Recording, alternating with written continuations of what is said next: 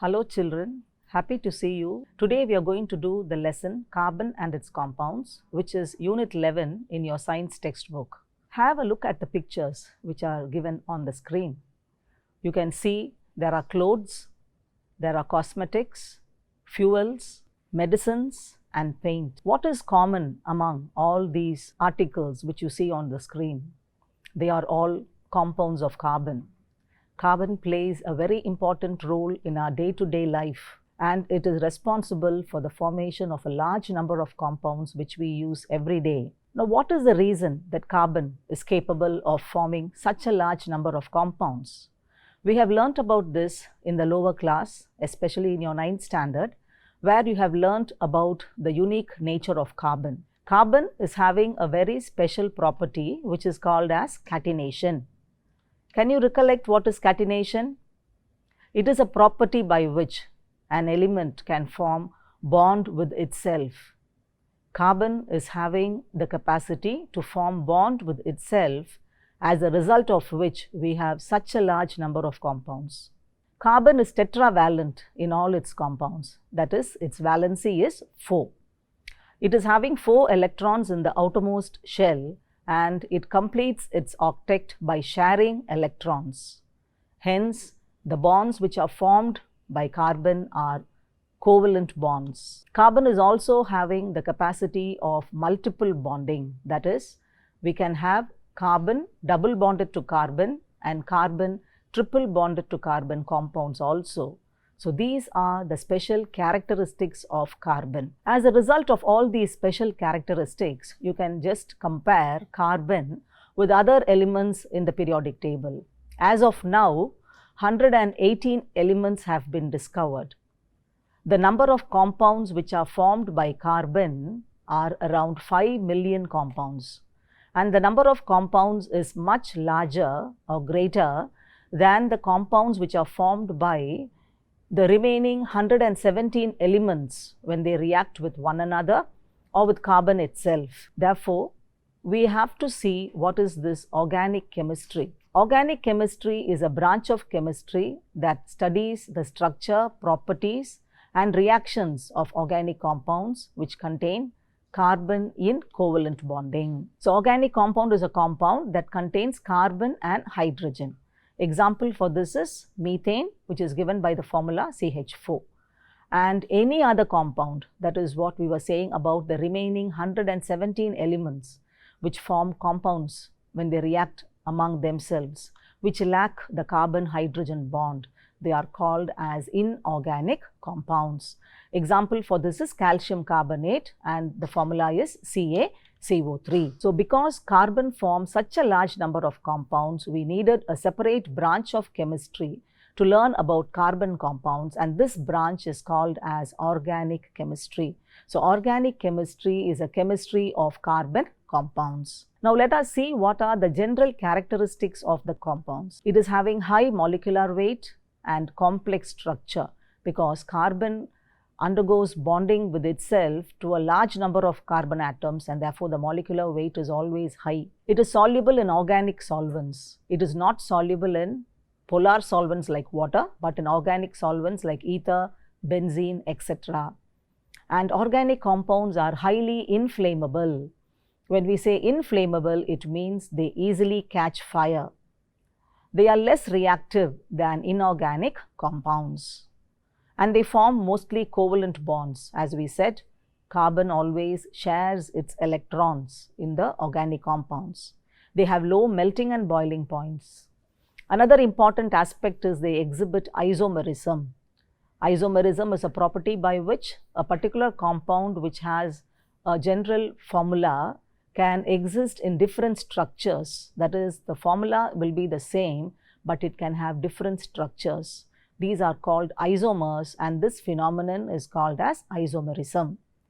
Organic compounds are volatile in nature. What is the meaning of volatile?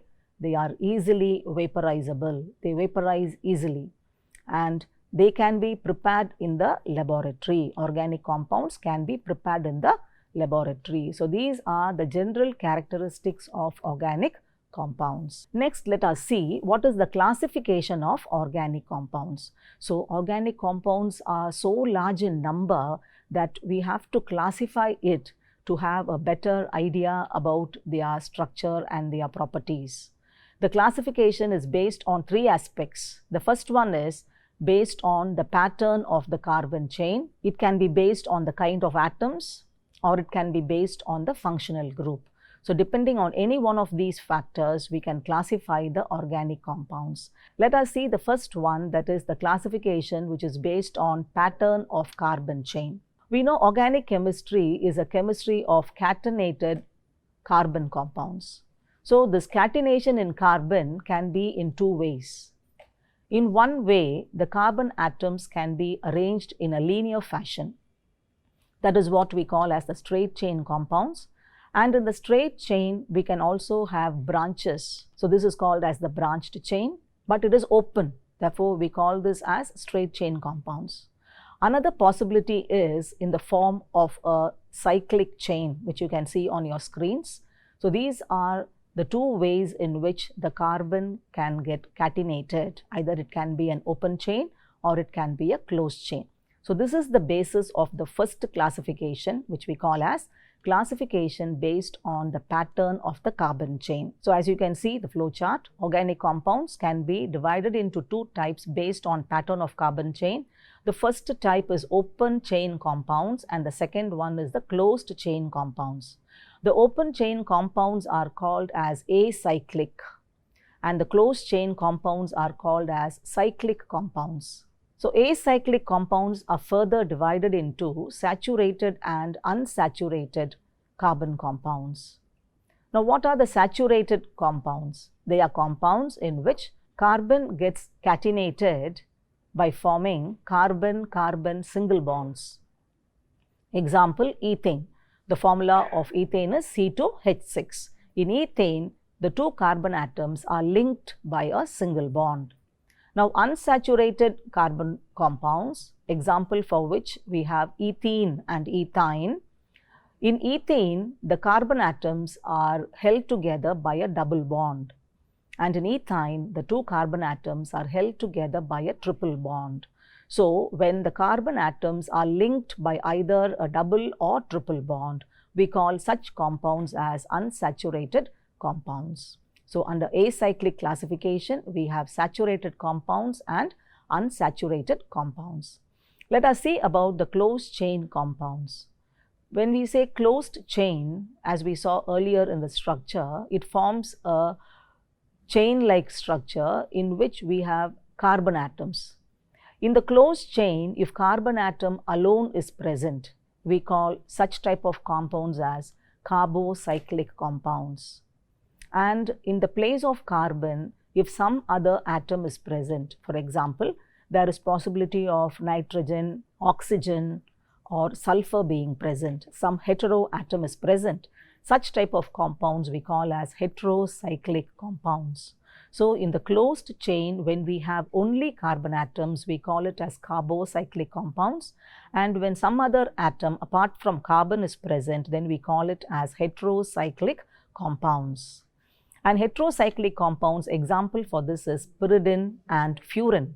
In pyridine, apart from carbon atom, nitrogen also is present, and in furan, oxygen atom is present. The carbocyclic compounds can be further divided into alicyclic compounds and aromatic compounds. So, what are alicyclic compounds? They are also in a closed chain pattern, but the carbon atoms are linked together by single bonds mostly, or sometimes double bonds. But aromatic compounds are closed chain compounds in which the carbon atoms are linked alternately by single bonds and double bonds. Example for aromatic compound is benzene and all its homologues. Alicyclic compounds, example for this is cyclobutane. Have a look at these pictures. You can see the pictures of the carbo or the homocyclic compounds. First one is cyclobutane. So, it forms an example for alicyclic compound. It is cyclic and the carbon atoms are held together by single bonds. If you see the next one, aromatic compound benzene, all the atoms in the chain are carbon atoms and they are linked to each other by alternate single and double bonds. Such type of compounds are called as aromatic compound. So whether it is an alicyclic compound or aromatic compound, it is carbocyclic. That is, only carbon atom is present in the cyclic chain. Heterocyclic compounds, as we said, in addition to carbon, we can have another atom. So the first one which you see here is the structure of furan. You can see there you have oxygen as a heteroatom, where we have represented the carbon in the corners, and in the next one you just have the plain structure. So both these structures are the same, and it represents furan, which is an example for heterocyclic compound. So this is the first type of classification. Let us go to the second type of classification, which is the classification which is based on kind of atoms. We know in the saturated and unsaturated hydrocarbons, carbon atoms are present in such a way that the carbon-carbon bond can be single, it can be double, or it can be a triple bond. So in these open chain compounds, we have a further classification into alkane, alkene, and alkyne. The table which is provided, we can see the number of carbon atoms present in the different hydrocarbons. In alkanes, the carbon-carbon bond is single bond. All the carbon-carbon bonds will be single bonds. In alkene, there will be one carbon atom doubly bonded with another carbon atom, or we can say there will be one carbon-carbon double bond. And in alkynes, you have a carbon-carbon triple bond. Each of these classes can be represented by a general molecular formula. Alkanes have the general molecular formula CnH2n plus 2. Alkenes have the formula CnH2n, and alkynes CnH2n minus 2. Now, what does this N stand for? N stands for the number of carbon atoms. N stands for the number of carbon atoms. When carbon is singly bonded with another carbon atom, we can have a minimum number of one carbon atom to have an alkane. So for alkanes alone, the N value can be equal to 1. But in the case of alkenes and alkynes, we need minimum 2 carbon atoms for the formation of a double or triple bond. Therefore, the value of N for alkenes and alkynes is got to be 2. So the first member of the alkane series is CH4. How do you get this formula CH4? Put N equal to 1 in the alkane general molecular formula. So C1H, 2 into 1 plus 2. So the formula is CH4. If you want to get the formula of the next member, put N is equal to 2. Substitute, you get ethane is C2H6. So for alkene, the first member is C2H4, which we call as ethene. In ethene, both the carbon atoms are held together by a double bond. Similarly, in alkynes, you put the value of N is equal to 2, you get C2H2, which is the formula of ethyne. In ethyne, you can see there are 2 carbon atoms, and both carbon atoms are held together by a triple bond. In this way, we can get the formula of the remaining members of this series. You can note that the ETH occurs in all the 3 types of compounds. ETH in alkane, alkene, and alkyne. Only the ending is different. So when you say there are 2 carbon atoms present, then the starting word for it is ETH. When you have 3 carbon atoms, it is prop, P-R-O-P. And when there are 4 carbon atoms, it is but, B-U-T. And when there are 5 carbon atoms, you say it is pent. So when you say pentene, we mean a hydrocarbon in which 5 carbon atoms are present and there is 1 double bond, because the ending is E-N-E. And when you say butane, but stands for 4 carbon atoms and the ending is Y-N-E. Therefore, it is an alkyne with 4 carbon atoms. So this is the next method of classification. Now let us see the types of acyclic compounds: alkane, alkene, and alkyne, which we have just now seen under the classification. Alkanes contain single bonds, whereas alkene and alkyne contain double or triple bonds respectively. Alkanes are called as saturated hydrocarbons because they have all carbon-carbon single bonds, whereas alkenes and alkynes are called unsaturated because they have at least 1 double bond or 1 triple bond. How can we distinguish it? It can be differentiated by a test which is called as the Bromin water test. Alkanes don't decolorize the Bromin water because they are saturated, but alkenes and alkynes will decolorize the Bromin water. You can see on the screen two test tubes on the left side. One contains alkane and the other contains alkene. Both of them have the same color, or you can say it is colorless. When you add Bromin water, a few drops of Bromin water to both the test tubes, you will see the color of the Bromin water is retained in one test tube and it is not there in the other test tube. In the alkane test tube, you can see the orange color of the Bromin water remains, or we can tell alkanes don't decolorize the Bromin water. But alkenes, they react with the Bromin water and they decolorize it. The same thing happens when we are adding Bromin water to alkynes also. So, because alkenes and alkynes are unsaturated, they decolorize the Bromin water, whereas alkanes which are saturated will not decolorize the Bromin water. So, this is the test for unsaturation. These compounds contain carbon and hydrogen alone, therefore, we can call them as hydrocarbons. Let us see what are the characteristics of hydrocarbons. Lower hydrocarbons, maximum the first 4 members, they are gases at room temperature. Others will be liquids, and the higher hydrocarbons, they are solids. They are colorless and odorless.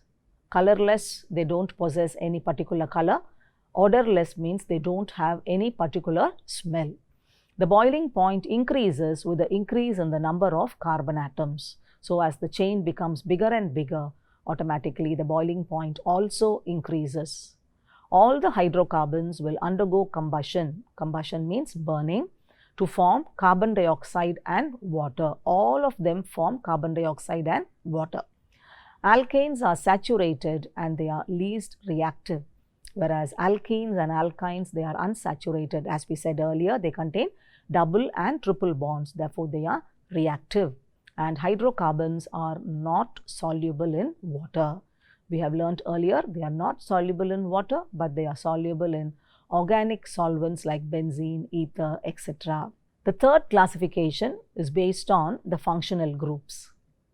So, before we go into this classification, we should know what is the meaning of functional group. A functional group is an atom or a group of atoms in a molecule which gives the characteristic properties to that particular compound. So, it is an atom or a group of atoms which gives the characteristic properties to that particular compound. You can see the picture of ethanol on your screens. Ethanol is got from ethane.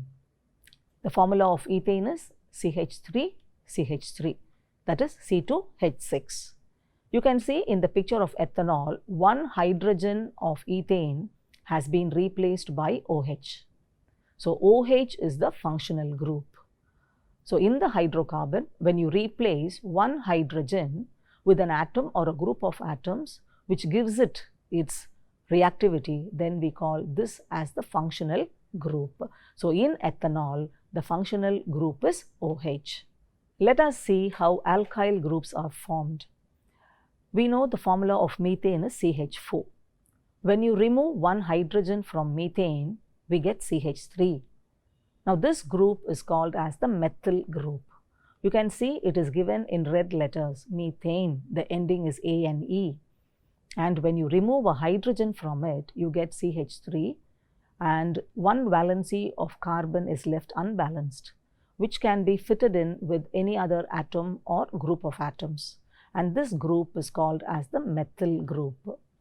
Similarly, if you see the next one, it is ethane. Ethane C2H6, or we can write it as CH3CH3. When you remove one hydrogen atom from this ethane, you get CH3, CH2 dash. So, this group is called as the ethyl group. Again here, the A and E is replaced by YL.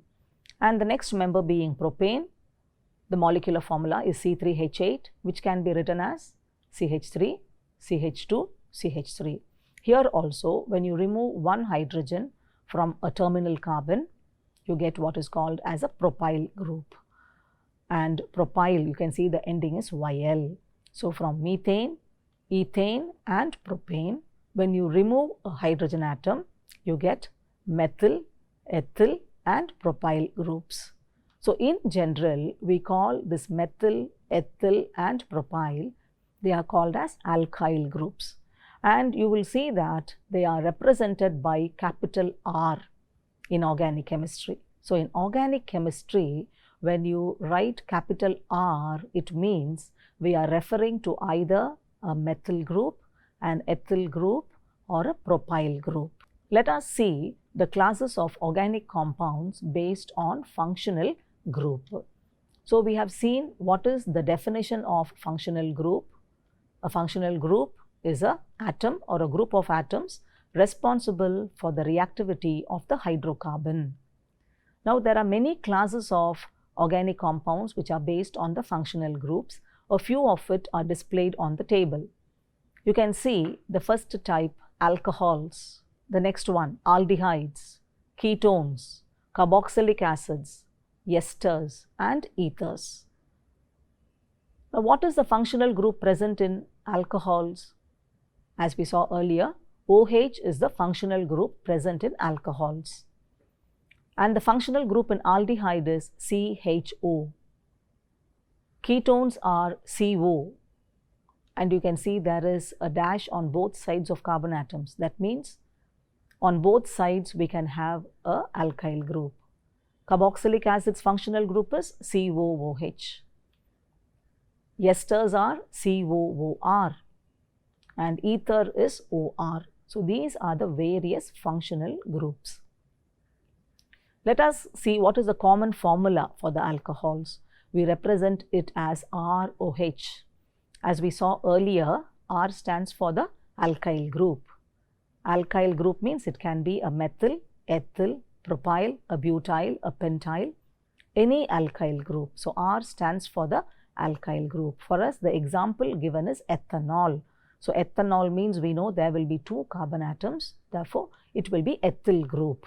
And ethyl group is CH3, CH2. So the formula of ethanol is CH3, CH2OH. Under aldehydes, you can see the common formula is RCHO. And the example given to us is acetaldehyde, which is CH3CHO. So the R is replaced by CH3, which is the methyl group. This compound is called as acetaldehyde. For ketones, the common formula is RCOR. You can see R is replaced by CH3 in acetone. Therefore, the formula of acetone is CH3COCH3. Carboxylic acids are RCOOH. Example given to us is acetic acid. Acetic acid, the formula is CH3COOH.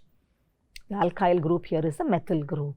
Similarly, in esters, you have RCOOR and both R's are replaced by methyl group. Therefore, the formula of methyl acetate is CH3COOCH3. And in ethers, ROR is the common formula, and example is dimethyl ether, whose formula is CH3OCH3. Now here we can see in functional groups, there are two types of functional groups. We have the terminal functional group and the non-terminal functional groups. Now what are terminal functional groups? Functional groups which come at the end of the formula. For example, alcohols, OH comes at the end, and in aldehydes, the CHO comes at the end. In carboxylic acids also, you can see the COOH comes at the end of the chain. Therefore, these three are called as the terminal functional groups. Whereas if you see in ketones, esters and ethers, the functional groups come in between and they are called as the non-terminal functional groups. In ketone, CO comes in the middle. In esters, the COO comes in the middle, and in ether, the oxygen comes in the middle. So this is the classification based on the functional groups. So today we have seen in carbon and its compounds, what are the unique nature of the carbon compounds and how to classify the carbon compounds. There are three main classifications. So we have seen all that in this class. Let us have a quick recap of what we have learned today. What is the unique nature of carbon? Yes, carbon is having the property of catenation.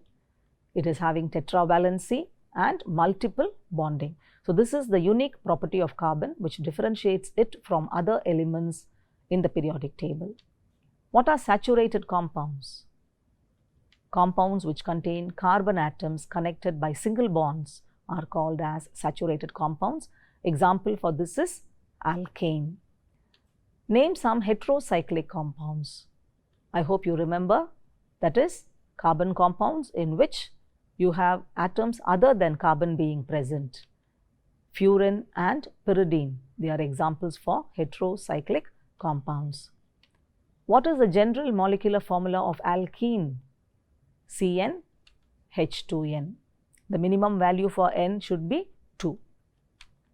Hydrocarbons on combustion will form what products? They form carbon dioxide and water. All hydrocarbons on combustion will form carbon dioxide and water.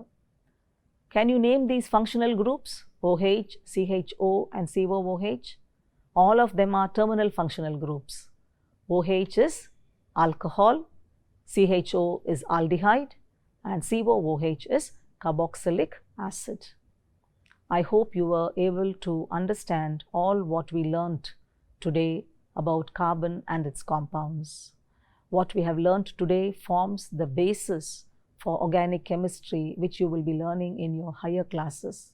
So children, understand what you have learnt. Hoping to see you soon in another episode of the lesson Carbon and its Compounds. Thank you.